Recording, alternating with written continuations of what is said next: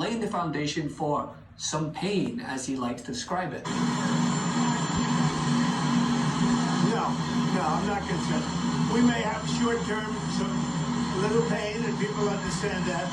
But long-term, the United States has been ripped off by virtually every country in the world. We have deficits with almost every country. Not every country, but almost. And we're going to change it. It's been unfair. That's why we owe $36 trillion. We have deficits with everybody. We help everybody. We've been helping everybody for years. And to be honest, I don't think they appreciate it. So we're going to change that. We're going to change it fast. We're going to make America great again. We have to focus on our country. We have tremendous potential if properly used, and we have to focus on our country. Tremendous deficits with China, tremendous deficits with the European Union, tremendous deficits with Mexico and Canada. But no, we're not going to pull punches now. Not after rally after rally, promises made, never kept. So when I win, I will immediately bring prices down. Starting on day one, we will end Kamala's war on American energy, and we will drill, baby, drill. We're going to drill. Especially as he's taking deliberate action to make life more expensive for Americans away from groceries, such as by gutting the CFPB. I'm not going to say good morning because it's not a good morning. President Trump has shut down the Consumer Financial Protection Bureau, the CFPB, an agency that does only one thing: make sure we have a fair economy. How can anybody be against that?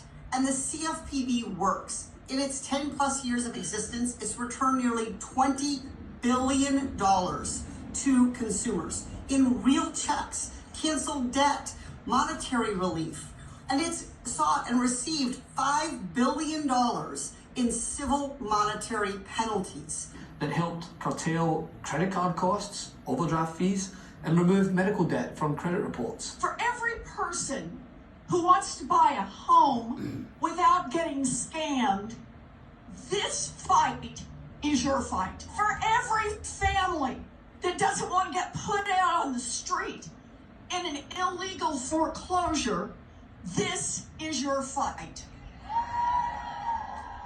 For every student who wants to borrow money to go to school without getting defrauded, this is your fight. For every member of our military who doesn't want to get trapped by some sleazy payday lender, say it with me, this is your fight. For every person who borrows money to buy a car and doesn't want to get trapped in the fine print, this is your fight. For every American. Well, no, but wait a second. But let's just talk about one of the things that he's prescribing to cut. He wants to get rid of the Consumer Financial Protection Bureau. Here's what it's done for the folks at home. It's limited overdraft fees at banks. It's limited credit card late fees. It's made it easier for you to switch banks. It's removed medical debt from people's credit reports so that you can actually get rent after you've been sick.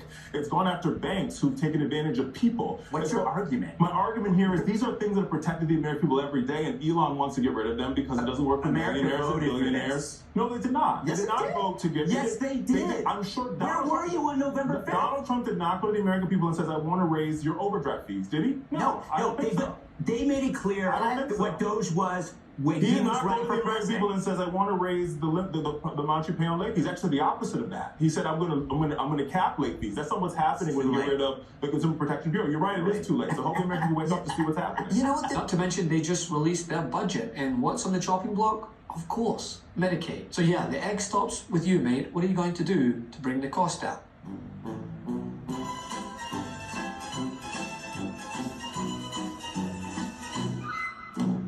Can't get enough Midas? Check out the Midas Plus Substack for ad-free articles,